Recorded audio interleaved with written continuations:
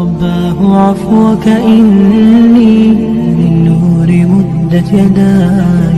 இந்த மூன்று வசனங்கள் சூரத்துல் அன்ஃபாலுடைய 2வது வசனம், சூரத்து ஜுமருடைய 23வது வசனம், சூரத்து ஷூராவுடைய 52வது வசனம். இந்த வசனங்களை கொஞ்சம் ஓதி பாருங்கள். நாம் எந்த குர்ஆனை இப்போது செவிமடுத்தோமோ அதே குர்ஆனைத்தான் சஹாபாக்களும் செவிமடுத்தார்கள். இந்த வசனங்கள் சஹாபாக்களுடைய வாழ்க்கையில் ஏற்படுத்திய மாற்றம் என்ன? இந்த வசனங்கள் நம்முடைய வாழ்க்கையில் ஏற்படுத்தி இருக்கின்ற மாற்றங்கள் என்ன? ஓதுவது வேண்டுமானால் சஹாபாக்களுக்கு அல்லாஹுடைய மிகப்பெரிய அருளால் அல்லாஹுடைய தூதர் ஸல்லல்லாஹு அலைஹி வஸல்லம் அவர்களாக இருக்கலாம். நீங்கள் எண்ணின் புறத்திலிருந்து கேட்டிருக்கலாம், அல்லது குர்ஆனை ஓதக்கூடிய காரிகளுடைய வார்த்தைகளிலிருந்து இந்த வசனத்தை கேட்டிருக்கலாம். இதற்கு விளக்கத்தை அறிஞர்களிடமிருந்து நீங்கள் அறிந்திருக்கலாம். ஆனால் வசனங்களும் வார்த்தைகளும் ஒன்றுதானே?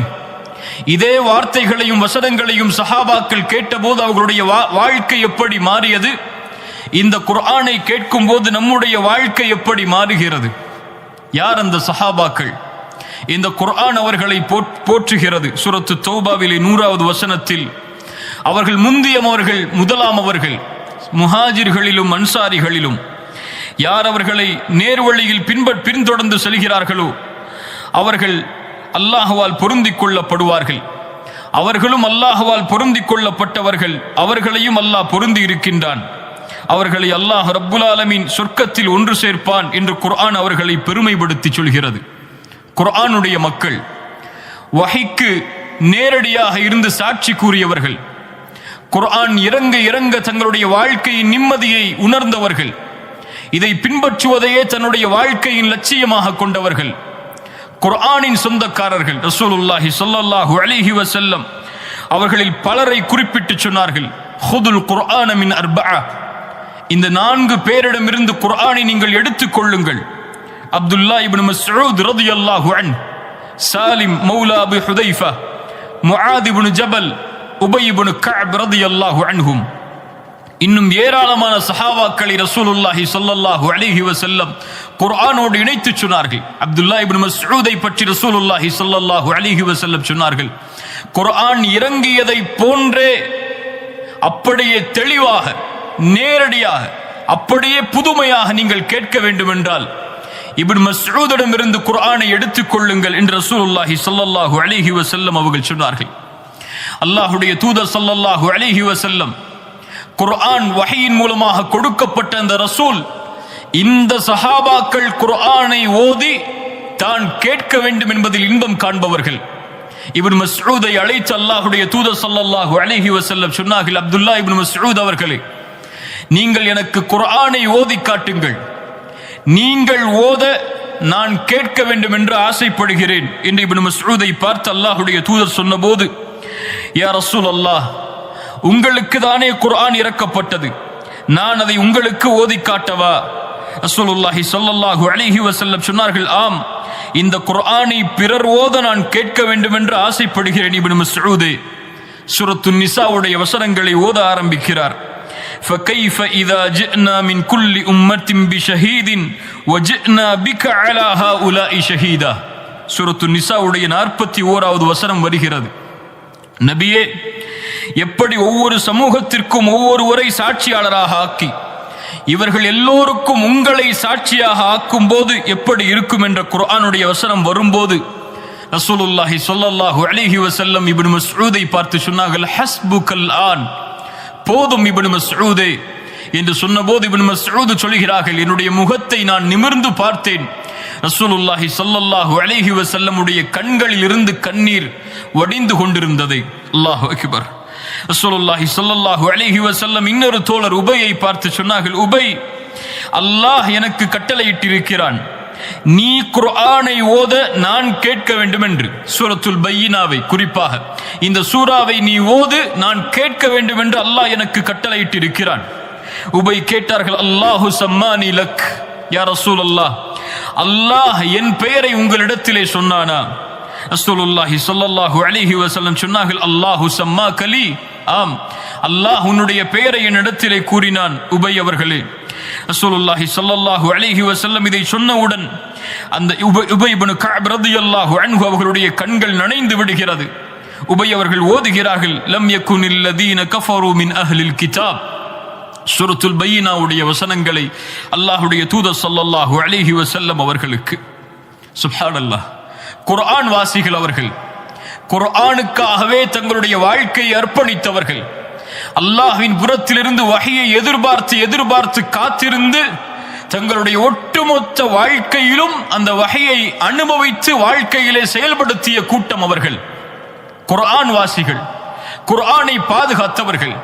இன்றைய இடத்திலே இந்த குர்ஆன் வந்து சேர்ந்திருக்கிறது என்றால் அல்லாஹ்வுடைய தூதர் ஸல்லல்லாஹு அலைஹி வஸல்லம் உடைய காலத்திலே குச்சாபுல் வஹி, வஹியை எழுதக்கூடிய சஹாபாக்களாக இருந்து அதை பாதுகாத்து உள்ளத்திலே மனனமிட்டு ஹலீஃபாக்களுடைய காலத்தில் எந்த ஒன்றும் விடுபடாமல் மாறிவிடக் கூடாது என்று குர்ஆனை பாதுகாத்து ஒன்று சேர்த்து இந்த ஒட்டுமொத்த சமூகமும் உலகம் அழியும் வரை குர்ஆனோடு தங்களுடைய வாழ்வை இணைப்பதற்காக அர்ப்பணித்த கூட்டம் சஹாபாக்களுடைய கூட்டம்.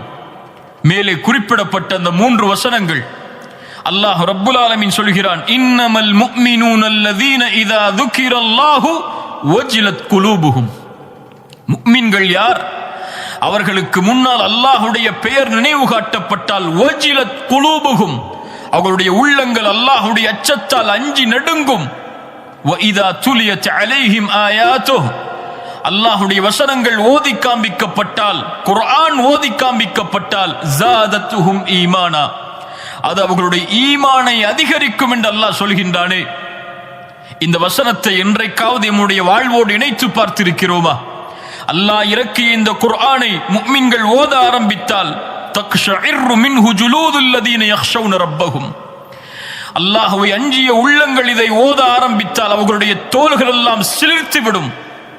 அதை ஓத ஓத ஈமானால் அவர்களுடைய தோலும் உள்ளமும் தொடர்ந்து நிரம்பும் என்று அல்லாஹ் சொல்கின்றானே. அல்லாஹ்வுடைய நினைவால் இந்த வசனங்களின் தாக்கம் நம்முடைய வாழ்க்கையில் ஏற்பட்டதுண்டா? குர்ஆனை படித்து பார்த்து அழுதவர்கள் எம்மிலே எத்துணை பேர்? கடைசியாக குர்ஆனை திறந்து அல்லாஹ்வுடைய அன்பிற்காக, மறுமையின் வெற்றிக்காக படித்தவர்கள் எம்மிலே எத்துணை பேர்? இன்னும் இந்த சமூகத்தில் 40-50 வருடத்தை கடந்திருந்தும் குர்ஆனை எழுத்து கூட்டி ஓத தெரியாத முஸ்லிம்கள் எத்துணை பேர்? யோசித்து பாருங்கள். 3 சூறாக்கள் தெரியும், அதை தொழுகையில் திரும்ப திரும்ப ஓதி வருவார்கள். எத்தனை ஆண்டுகள் கழிந்தாலும் சரி, குர்ஆனுக்காக தங்களுடைய வாழ்வை அர்ப்பணிக்காத சமூகம், குர்ஆனை முழுவதுமாக ஓதி முடிக்காத சமூகம், குர்ஆனை ஓதுவதற்கே தங்களுடைய நேரத்தை கொடுக்காத சமூகம், அல்லாஹ்விடத்திலே எந்த வெற்றியை எதிர்பார்க்க முடியும்? மறுமையின் எந்த வெற்றியை நோக்கி அவர்கள் செல்ல முடியும்? அல்லாஹ் பாதுகாப்பானாக. சஹாபாக்களுடைய வாழ்க்கையில் இந்த வசனத்தை இணைத்து பாருங்கள். அபூபக்கர் ரலியல்லாஹு அன்ஹு, அல்லாஹ்வுடைய தூதருக்கு பிறகு இந்த சமூகத்தில் மதிக்கத்தக்க மிகச்சிறந்த மனிதர் அபூபக்கர் சித்திக் ரலியல்லாஹு அன்ஹு அவர்களை அல்லாஹ்வுடைய தூதர் மரண நேரத்தின் போது அவர்களுடைய மனைவியை அழைத்து, ஆயிஷா ரலியல்லாஹு அன்ஹா அவர்களை அழைத்து சொன்னார்கள், அபூபக்கரை தொழுகை நடத்த சொல்லுங்கள். அப்போது ஆயிஷா ரலியல்லாஹு அன்ஹா என்ன சொன்னார்கள்? யா ரசூலல்லாஹ், அபூபக்கரின் தந்தை மென்மையானவர், இதா கரஅ கலபஹுல் புகா, அவர் ஓதினால், அல்லாஹ்வுடைய வசனங்களை ஓத ஆரம்பித்தால் அவருடைய அழுகை மிகைத்துவிடும் யா ரசூலல்லாஹ். அதனால் அபூபக்கர் வேண்டாம் என்று சொன்னார்கள். ஆனால் அல்லாஹ்வுடைய தூதர் ஸல்லல்லாஹு அலைஹி வஸல்லம் சொன்னார்கள், கட்டளையிடுகிறேன், அபூபக்கரை தொழுகை நடத்த சொல்லுங்கள் என்று சொன்னார்கள். சுப்ஹானல்லாஹ். உமர் இப்னுல் கத்தாப் ரலியல்லாஹு அன்ஹு, தாபிஈன்கள் சொல்கிறார்கள், உமர் இப்னுல் கத்தாப் ரலியல்லாஹு அன்ஹு அவர்களுக்கு பின்னால் நின்று நாங்கள் தொழுவோம். தொழுகையில் குர்ஆனை அவர் ஓதுவார். ஓதும் போது அவருடைய கவலை அதிகரித்து அழ ஆரம்பிப்பார். அந்த அழுகையின் தேம்பல் எங்களுடைய கடைசி சப்தம் வரை, சஃப்புகளில் கடைசி வரிசை வரை அவர் தேம்பக்கூடிய சப்தம் கேட்கும் என்று தாபிஈ அவர்கள் சொல்கிறார்கள். உமர் இப்னுல் கத்தாப் யார்? சொர்க்கத்திற்காக நற்செய்தி சொல்லப்பட்டவர். எனக்கு பிறகு ஒரு நபியாக வருவார் என்றால் அது உமராகத்தான் இருப்பார். லா நபிய பஅதி, இந்த அல்லாஹ்வுடைய தூதரால் நற்செய்தி கொடுக்கப்பட்ட அந்த தோழர் இந்த உம்மத்தில் குர்ஆனுடைய வசனங்கள் அவருடைய சொற்களுக்கு ஏற்ப இறங்கும் என்று அல்லாஹ்வுடைய தூதரால் நற்செய்தி கொடுக்கப்பட்ட மனிதர். அந்த உமர் குர்ஆனுடைய வசனங்கள் கேட்டால் நடுங்குவார். அந்த அபூபக்கர் குர்ஆனுடைய வசனங்கள் ஓதி காண்பிக்கப்பட்டால் அழுவார். அந்த அழுகையை பார்ப்பதற்கே மக்காவாசிகள் ஒன்று சேர்வார்கள்.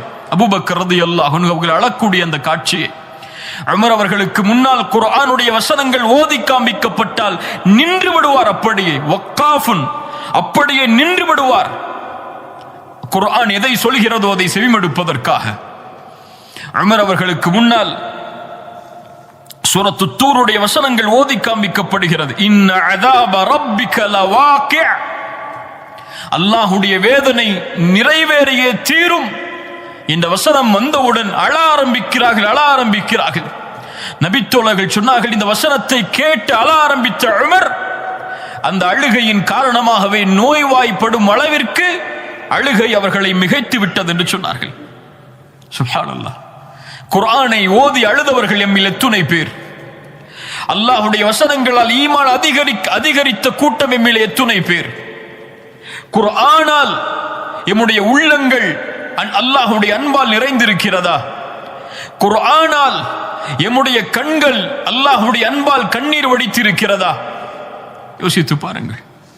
அல்லாஹ் எம்மை பாதுகாப்பானாக. அல்லாஹ் சொல்லுகிறான் சூரத்து ஷூரா 52வது வசனம், அல்லாஹ்வின் கட்டளையில் இருந்து அல்லாஹ் இறக்கி இருக்கின்ற ரூஹ் இது. குர்ஆனை அல்லாஹ் ரூஹ் என்று அழைக்கிறான். ரூஹ் குர்ஆன். எதற்கு ரூஹ்? உள்ளத்திற்கு ரூஹ். உள்ளம் உயிர் பெற வேண்டும் என்றால் குர்ஆன் வேண்டும். எந்த உள்ளத்திலே குர்ஆன் இல்லையோ அந்த உள்ளம் செத்து விட்டது, அந்த உள்ளம் மடிந்து விட்டது. அந்த உடலுக்கு உயிர் இருந்தாலும் அந்த உள்ளத்திற்கு உயிர் இல்லை, குர்ஆன் இல்லை என்றால். அல்லாஹ் உங்களை வழிகேட்டில் பார்த்தான். நபியை இந்த குர்ஆனை கொண்டு அல்லாஹ் உங்களை நேர்வழிப்படுத்தி இருக்கிறான் என்று இந்த வசனம் சொல்லுகிறது. எத்துணை சஹாபாக்களுடைய வாழ்க்கையை புரட்டி போட்டது இந்த குர்ஆன். எம்மில் எத்துணை மாற்றங்களை ஏற்படுத்தி இருக்கிறது. உமர் இப்னுல் கத்தாப் ரலியல்லாஹு அன்ஹு, நாம் எல்லாம் அறிந்த ஒரு நபி தோழர். எப்படி இஸ்லாமை ஏற்றார்கள் என்று நமக்கு தெரியும். சூரத்து தாஹாவுடைய வசனங்களை அவர்களுடைய சகோதரியுடைய வீட்டில் செவிமடுத்த உமர் ஒரு வசனத்தை, இன்னனி அனல்லாஹ் லா இலாஹ இல்லா அன ஃபஅபுதுனி, இந்த வசனம் வரும்போது ஷஹாதத்தை மொழிந்தார்கள் என்ற வரலாறுகளை நாம் படித்திருக்கிறோம். ஆனால் உமர் அவர்கள் குர்ஆனை கேட்ட நிலைமை இது மட்டுமல்ல. உமர் அவர்கள் சொல்கிறார்கள், ரசூலுல்லாஹி ஸல்லல்லாஹு அலைஹி வஸல்லம் அவர்களை ஈமான் கொண்டு ஏற்பதற்கு முன்னால் அல்லாஹ்வுடைய தூதரை கொலை செய்ய வேண்டும் என்ற எண்ணம் கொண்டிருந்த போது அவர்களை பற்றி அவர்களே சொல்லுகிறார்கள், நான் மது குடிக்கக்கூடிய பழக்கம் உள்ளவன், ஒவ்வொரு இரவும் மது குடிப்பேன், போதையில் இருப்பேன், யாராவது எனக்கு துணையாக இல்லை என்றால் அந்த இரவு மட்டும் வேறு ஏதாவது காரியங்களில் ஈடுபடுவேன். அப்படி ஒரு நாள் யாரும் எனக்கு மது குடிப்பதற்கு துணை இல்லாத போது கஅபாவை நோக்கி செல்ல வேண்டும் என்று ஆசைப்பட்டு சென்றேன். அப்போது முஹம்மது நபி ஸல்லல்லாஹு அலைஹி வஸல்லம் குர்ஆனை ஓதிக் கொண்டிருந்தார்கள். அவர் என்ன ஓதுகிறார் என்று கேட்பதற்காக கஅபாவின் திரைக்கு பின்னால் சென்று ஒளிந்து அல்லாஹ்வுடைய தூதருடைய முகத்திற்கு நேர இருக்கும்படி என்னுடைய முகத்தை ஆக்கிக் கொண்டேன். சூரத்துல் ஹாக்காவுடைய வசனங்களை அவர்கள் ஓதிக்கொண்டிருந்தார்கள். அதை கேட்க கேட்க என்னுடைய உள்ளம் மாறிக்கொண்டே இருந்தது. ஒரு கட்டத்தில் உணர்ந்து சொன்னேன், இவர் கவிஞராக இருப்பார் என்று. அப்போது அல்லாஹ்வுடைய தூதர் ஓதினார்கள், இன்னஹு லகவுலு ரசூலின் கரீம் வமா ஹுவ பிகவுலி ஷாஇர். இவர் ஓதக்கூடிய அல்லாஹ்வுடைய கண்ணியமிக்க வசனங்களை ஓதக்கூடிய கண்ணியமிக்க ரசூல் அவர்கள், இவர் கவிஞர் அல்ல, குறைவானவர்கள் தான் நம்பிக்கை கொள்கிறீர்கள் என்று அந்த நேரத்தில் அல்லாஹ்வுடைய தூதர் ஓதினார்கள். நான் கூறினேன், இவர் கவிஞர் அல்ல, இவர் சூனியக்காரர் என்று. அப்போது அல்லாஹ்வுடைய தூதர் ஓதினார்கள், வலா பிகவுலி காஹின் கலீலம் மா ததக்கரூன். இவர் சூனியக்காரர் அல்ல, சூனியக்காரரின் வார்த்தை அல்ல இது, குறைவானவர்கள் தான் சிந்திக்கிறீர்கள். இது ரப்புல் ஆலமீனிடமிருந்து இறக்கப்படக்கூடிய வசனங்கள். இவர் தாமாக ஒன்றை கூறியிருந்தால் இவர்களுடைய வலது கரத்தை பிடித்து அவருடைய நாடி நரம்பை தரித்திருப்பேன், ஒருவரும் அதற்கு தடுப்பவர் இருக்க மாட்டார் என்ற குர்ஆனுடைய வசனம் இறங்கியது. ஃபவக்கஅல் இஸ்லாமு ஃபி கல்பி. இந்த வசனங்கள் கேட்டபோதுதான் இஸ்லாமினுடைய உள்ளத்தில் நிலையானது என்று உமர் அவர்கள் பின்னால் காலத்திலே இதை குறிப்பிட்டு சொன்னார்கள். அல்லாஹு அக்பர். கண்ணியத்துக்குரியவர்களே, யோசித்து பாருங்கள். உமரை மாற்றிய குர்ஆனுடைய வசனங்கள் ரலியல்லாஹு அன்ஹு, அபூபக்கரை மாற்றிய குர்ஆனுடைய வசனங்கள், ஏன் பிலாலை, அம்மாரை, யாசிரை, சுமையாவை, இன்னும் எத்துணை லட்ச சஹாபாக்களை மாற்றிய குர்ஆனுடைய வசனங்கள், அவர்களை இந்த தீனிலே நிலைப்படுத்திய குர்ஆனுடைய வசனங்கள், அல்லாஹ்வுடைய அன்பில் நிலைப்படுத்திய குர்ஆனுடைய வசனங்கள், மறுமையின் நம்பிக்கையில் நிலைப்படுத்திய குர்ஆனுடைய வசனங்கள், நரக பயத்தில் நிலைப்படுத்திய குர்ஆனுடைய வசனங்கள், சொர்க்கத்தின் ஆதரவில் அல்லாஹ்வின் பொருத்தத்தை பெறுவதில் நிலைப்படுத்திய குர்ஆனுடைய வசனங்கள் எம்முடைய வாழ்க்கையில் ஏற்படுத்திய மாற்றம் என்ன, தயக்கம் என்ன? குர்ஆனை கேட்பதில் இன்பம் கண்டவர்கள் நபித்தோழர்கள், குர்ஆனுடைய வஹீயின் பிரிவால் கவலை கொண்டவர்கள் நபித்தோழர்கள். ஆனால் ரமதானில் மட்டும்தான் எமக்கு குர்ஆன், அல்லது ஏதாவது சடங்கு சம்பிரதாயம் என்றால் தான் நன்மை வேண்டும் என்றால் குர்ஆன், கவலை நீங்க வேண்டும் என்றால் குர்ஆன், கடன் நீங்க வேண்டும் என்றால் குர்ஆன் என்று ஒரு மந்திர புத்தகமாக அதை நாம் பயன்படுத்திக் கொண்டிருக்கிறோம். அல்லாஹ் எம்மை பாதுகாப்பாடாக. ஐமன் ரலியல்லாஹு அன்ஹா, அல்லாஹ்வுடைய தூதர் ஸல்லல்லாஹு அலைஹி வஸல்லம் அவர்களுடைய மரணத்திற்கு பிறகு அபூபக்கரும் உமர் அவர்களும் சந்திக்கிறார்கள். சொன்னார்கள், வாருங்கள் ஐமனை நாம் சந்திப்போம். அல்லாஹ்வுடைய தூதர் இருக்கும் போது எப்படி சந்தித்தோமோ அது போன்று ஐமனை பார்ப்பதற்காக அபூபக்கரும் உமரும் செல்கிறார்கள். அபூபக்கரையும் உமரையும் பார்த்த மாத்திரத்தில் ஐமன் அழ ஆரம்பிக்கிறார்கள். சொன்னார்கள், ஐமன் அவர்களை ஏன் அழுகிறீர்கள்? அல்லாஹ்வுடைய தூதர் நாம் நினைப்பதை விட அல்லாஹ்விடத்திலே மேன்மையான இடத்தில் இருக்கும் போது. ஐமன் சொன்னார்கள், நான் அறிவேன். ஆம், அல்லாஹ்வுடைய தூதர் ஸல்லல்லாஹு அலைஹி வஸல்லம் நாம் நினைப்பதை விட மேன்மையான இடத்தில் தான் அல்லாஹ்விடத்திலே இருக்கிறார்கள். ஆனால் நான் அழுவதன் காரணம் அல்லாஹ்வின் புறத்திலிருந்து இறங்குகின்ற வஹீ நின்று விட்டதே என்பதற்காகத்தான். அல்லாஹு அக்பர். குர்ஆனுடைய பிரிவு அவர்களுடைய வாழ்க்கையில் கவலையை ஏற்படுத்துகிறது. குர்ஆனுடைய பிரிவு அவர்களுடைய கண்களில் இருந்து கண்ணீரை வர வைக்கிறது.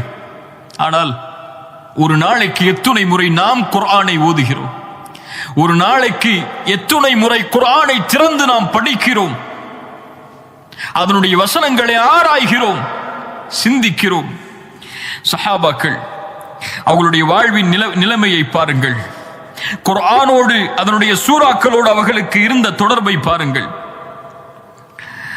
ஆயிஷா ரலியல்லாஹு அன்ஹா அறிவிக்கிறார்கள், ரசூலுல்லாஹி ஸல்லல்லாஹு அலைஹி வஸல்லம் ஒரு மனிதரை ஒரு கூட்டத்திற்கு தலைவராக அனுப்பி இருந்தார்கள். அவர் தொழுகை நடத்துவார். ஒவ்வொரு ரக்அத்தையும் முடிக்கும் போது சூரத்துல் இக்லாஸை ஓதி முடிப்பார். ரசூலுல்லாஹி ஸல்லல்லாஹு அலைஹி வஸல்லம் இடத்திலே அந்த கூட்டம் திரும்பி வந்தபோது இந்த மனிதரின் செயலை சொன்னது, யா ரசூலல்லாஹ், இவர் ஒவ்வொரு ரக்அத்தையும் முடிக்கும் போது சூரத்துல் இக்லாஸை ஓதி முடிக்கிறார். ரசூலுல்லாஹி ஸல்லல்லாஹு அலைஹி வஸல்லம் அவரிடத்திலே கேட்டார்கள், ஏன் இப்படி செய்கிறாய் தோழரே என்று. அந்த தோழர் சொன்னார், இன்னஹா சிஃபத்துர் ரஹ்மான். யா ரசூலல்லாஹ், இந்த சூரா ரஹ்மானுடைய தன்மைகளை விவரிக்கிறது. இதை ஓதி முடிப்பதை நான் விரும்புகிறேன் அல்லாஹ்வுடைய தூதரே என்று சொன்னார்கள். அல்லாஹு அக்பர். எத்துணை முறை நாமும் இந்த சூரத்துல் இக்லாஸை தொழுகையில் ஓதி இருப்போம். அல்லாஹ்வின் அன்பால் என் உள்ளம் நிரம்பி இருக்கிறதா? உங்களுடைய உள்ளம் நிரம்பி இருக்கிறதா? கொஞ்சம் சிந்தித்து பாருங்கள். இந்த சூரத்துல் இக்லாஸை கூட இதுவரை பொருள் தெரியாமல் ஓதக்கூடிய முஸ்லிம்கள் எத்துணை பேர்? அல்லாஹ் பாதுகாக்கட்டும். ரசூலுல்லாஹி ஸல்லல்லாஹு அலைஹி வஸல்லம் சொன்னார்கள், அக்பிரூஹு, அந்த தோழருக்கு நீங்கள் அறிவித்து விடுங்கள், அவர் எப்படி இந்த குர்ஆனுடைய இந்த சூறாவை ஓதி முடிப்பதை விரும்பினாரோ அது போன்று அல்லாஹும் அவரை விரும்பினான் என்று. அல்லாஹு அக்பர், அல்லாஹு அக்பர். சஹாபாக்களுக்கு குர்ஆனோடு இருந்த தொடர்பை பாருங்கள். இப்னு மஸ்ஊத் ரலியல்லாஹு அன்ஹு அவர்கள் சொல்கிறார்கள், நாங்கள் ரசூலுல்லாஹி ஸல்லல்லாஹு அலைஹி வஸல்லம் உடைய குர்ஆனுடைய வசனங்களை ஓதுவோம், 10 ஆயத்தை ஓதுவோம், அதை தாண்ட மாட்டோம், அதை அறிந்து எங்களுடைய வாழ்க்கையில் செயல்படுத்தாத வரை குர்ஆன் அவர்களுக்கு இறக்கப்பட்ட புத்தகமாக அவர்கள் உணர்ந்தார்கள். இன்று குர்ஆன் முஸ்லிம்களுக்கு இறக்கப்பட்ட புத்தகம், ஒரு சமூகத்திற்கு இறக்கப்பட்ட புத்தகம் என்றுதான் நாம் அறிந்திருக்கிறோம். ஆனால் குர்ஆன் எனக்கு இறக்கப்பட்ட புத்தகமாக நான் உணர்ந்திருந்தால், எனக்கு அனுப்பப்பட்ட செய்தியாக நான் உணர்ந்திருந்தால், என்னை படைத்த இறைவன் எனக்கு நேர்வழி காட்டுவதற்காக குர்ஆனை இறக்கி இருக்கிறான் என்று நான் உணர்ந்திருந்தால், அந்த குர்ஆனை விட்டு என் வாழ்க்கை தூரமாக இருக்குமா? யோசித்து பாருங்கள். ஒருவர் உங்களுக்கு ஒரு செய்தி அனுப்புகிறார். அந்த செய்தியை பார்க்காமல் நீங்கள் கடந்து செல்வீர்களா உங்களுடைய மொபைல் போனில்? ஆனால் படைத்த இறைவன் எமக்கு கொடுத்த செய்தியை இதுவரை என்னவென்றே அறியாத முஸ்லிம்கள் எத்துணை பேர்? பிற மதத்தார்களுக்கு குர்ஆனை கொடுத்து படியுங்கள் என்று சொல்லக்கூடிய முஸ்லிம்களில் ஏராளம் நாம் பார்க்கிறோம். ஆனால் கொடுக்கக்கூடிய முஸ்லிம்களிடத்திலே சென்று கேளுங்கள், நீங்கள் அவருக்கு குர்ஆனை கொடுத்தீர்களே, ஒரு முறை குர்ஆனை முழுவதுமாக நீங்கள் படித்து பார்த்தீர்களா என்று? பலருடைய கேள்வியுடைய பதில் இன்னா லில்லாஹி வ இன்னா இலைஹி ராஜிஊன். ரசூலுல்லாஹி ஸல்லல்லாஹு அலைஹி வஸல்லம் அவர்களுடைய நபித்தோழர்களுடைய வாழ்வை கவனியுங்கள். சாபித் இப்னு கைஸ் ரலியல்லாஹு அன்ஹு, அன்சாரி தோழர்.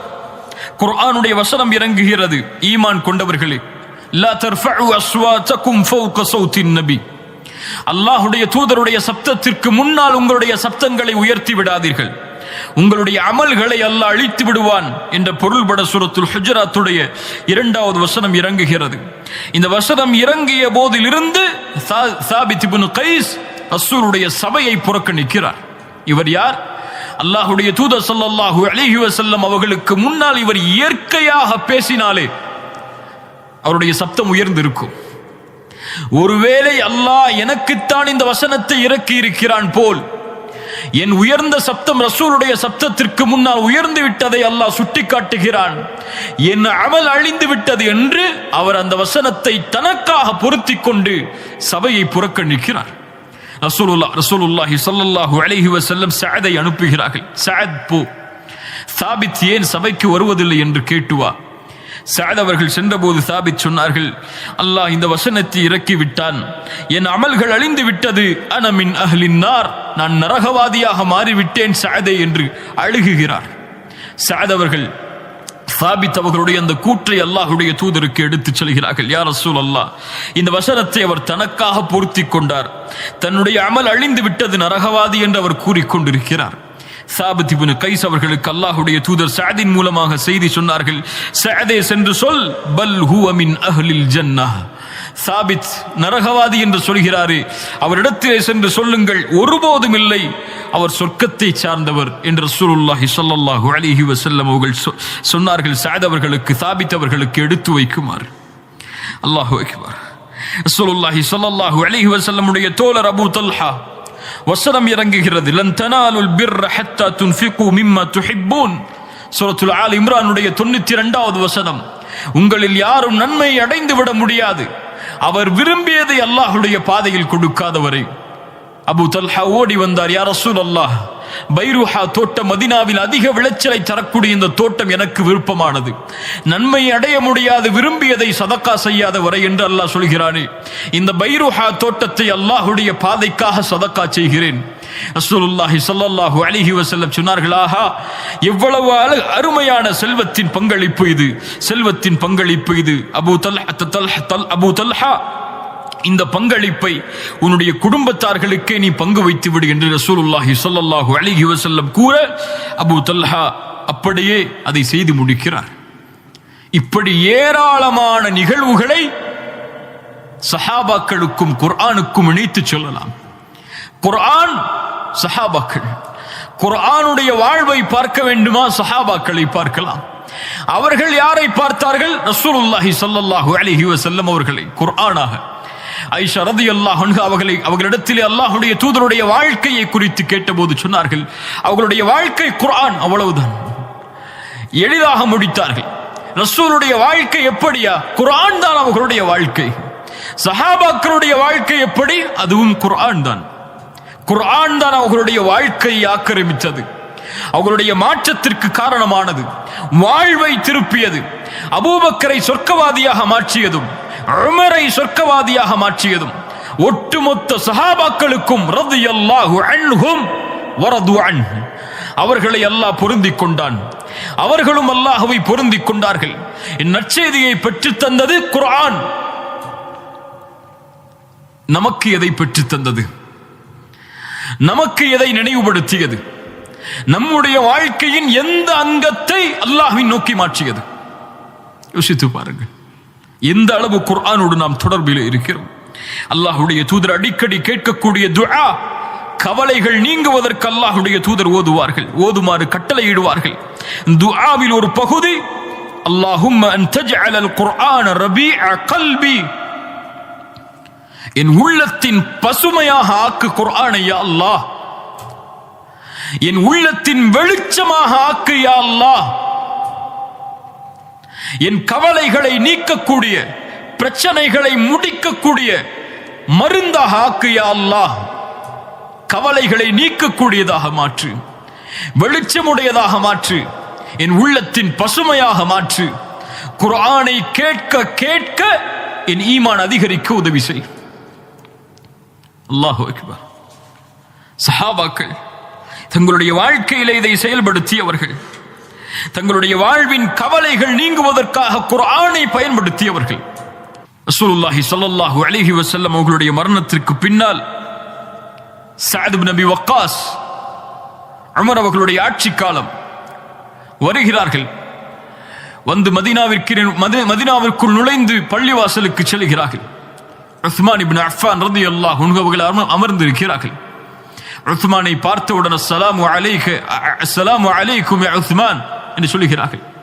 உஸ்மான் அவர்கள் ஏதோ ஒரு சிந்தனையில் இருப்பவர்கள் அந்த சலாமிற்கு பதில் கூறவில்லை. பதில் கூறாமல் அமைதியாக இருக்கிறார்கள். இரண்டாவது முறை சொன்னார்கள், பதில் கூறவில்லை. சஅத் இப்னு அபி வக்காஸ் அவர்களுக்கு கவலை மேலோங்குகிறது. உமரிடத்திலே சொல்லுகிறார்கள், ரலியல்லாஹு அன்ஹு, யா அமீரல் முஃமினீன், உஸ்மானை சந்தித்தேன், சலாம் சொன்னேன், பதில் சொல்லவில்லை. இரண்டாவது முறை சலாம் சொன்னேன், பதில் சொல்லவில்லை. ஏதாவது இஸ்லாம் மாறிவிட்டதா? ஏதாவது தடை ஏற்பட்டு விட்டதா? உமர் சொன்னார்கள், அப்படி ஒன்றும் இல்லையே.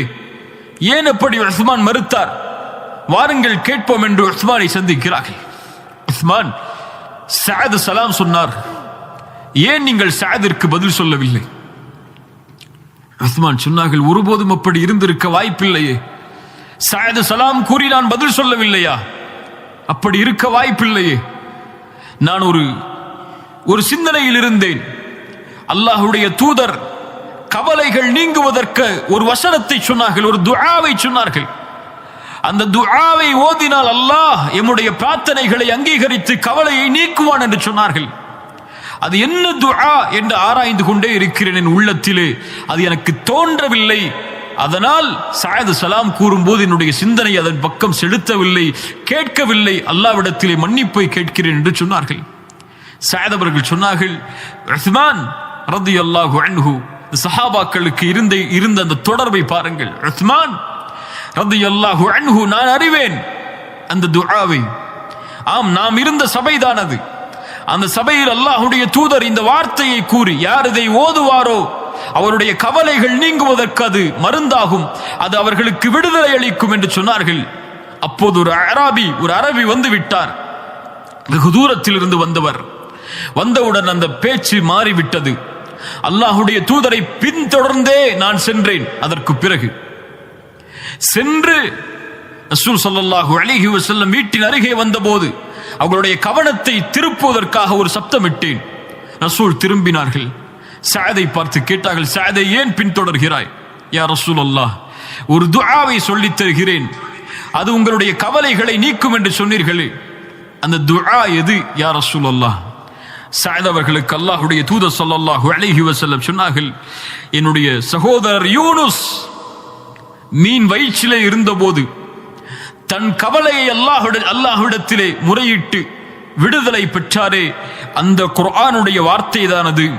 லா இலாஹ இல்லா அன்த சுப்ஹானக இன்னி குன்து மினல் ஸாலிமீன். படைத்த இறைவனே, வணங்க தகுதியானவன் உன்னை தவிர வேறு யாரும் இல்லை. லா இலாஹ இல்லா அன்த் சுப்ஹானக், நீ பரிசுத்தமானவன், நாங்களோ பரிசுத்தம் இல்லாதவர்கள். இன்னி குன்து மினல் ஸாலிமீன், அநீதம் செய்பவர்கள் நாங்கள் யா அல்லாஹ், நீ பரிசுத்தமானவன் யா அல்லாஹ், உன் மீது இப்போதும் நம்பிக்கை கொண்டிருக்கிறேன் யா அல்லாஹ், உன்னை தவிர வணங்க தகுதியானவன் யாரும் இல்லை, நாங்கள் அநீதம் இழைத்தவர்கள் யா அல்லாஹ் என்று யூனுஸ் எப்படி கூறி அவருடைய பிரச்சனையை அல்லாஹ் தீர்த்தானோ, அது போன்று யார் கவலையில் இந்த துஆவை ஓதுவாரோ அவருடைய கவலைகள் நீங்கும் என்று பொருள்பட அல்லாஹ்வுடைய தூதர் ஸல்லல்லாஹு அலைஹி வஸல்லம் சொன்னார்கள். அந்த துஆ தானே உஸ்மான் என்று சொன்னார்கள் சஅத் ரலியல்லாஹு அன்ஹு.